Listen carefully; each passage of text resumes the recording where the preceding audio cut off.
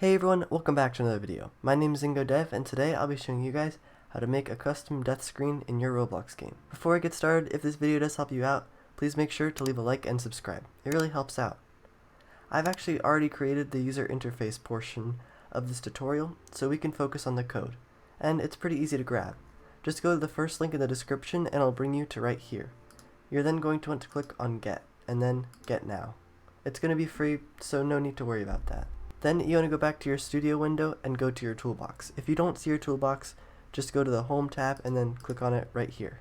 Then click this icon right here and it'll bring you to My Models.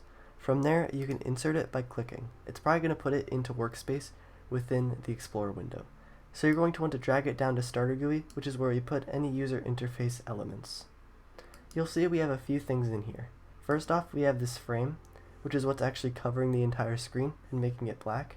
And then if you look inside of this frame, we have this text label, which just says "You are dead," and the timer label, which is what we'll be changing the text of to say 5, 4, 3, and so on. This setup is pretty simple, with just a few aesthetic changes. We're going to want to make this so players can't see it when they spawn in, so you're going to want to make sure to select the frame, which is right inside of the screen GUI that you dragged into Starter GUI. And if you can't see it, just the down arrow right here. And then you want to scroll down in properties till you see the visible property and just uncheck that box. Alright, great.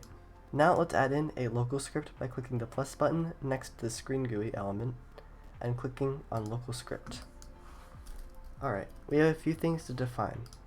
First off, local frame equals script.parent, which will just give us this screen GUI right here, and then we're going to wait for a child inside of that and then just get our frame. Next up, we're going to get our timer, which is inside that frame, just by doing frame and wait for child, timer label. Now we have to actually find our player, character, and our humanoid. A humanoid is what is inside a character instance, and it controls stuff like health, which is what we need to track. So we just have to do local player equals game.players.local player, and that'll give us the player that this script is running on because it's a local script. Then we can do our character, and I'm going to set it equal to plr.character. However, the character might not have loaded in yet, so we also want to have it as if it hasn't loaded in yet. We're just going to wait for the character added event to fire. Alright.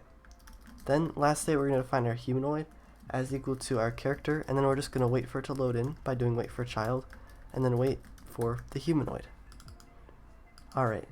So we just need to get our humanoid and then do .died :connect function, and then hit return, and you'll have this statement here which will run the code inside of it every single time the character dies. Now we want to make the frame visible by doing frame.visible equals true, because currently it's actually false, and we want to do our countdown. We can do that very simply by just doing for I equals 5, because we want to count from 5 then to 0.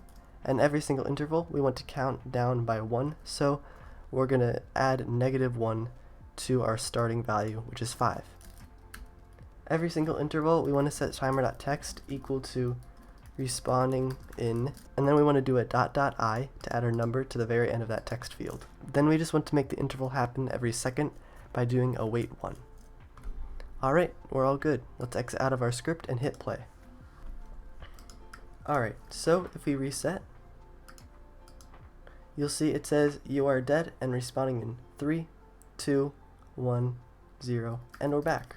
So I hope this video was helpful. If it was, please leave a like and maybe even subscribe. I'll see you guys in the next one. Bye!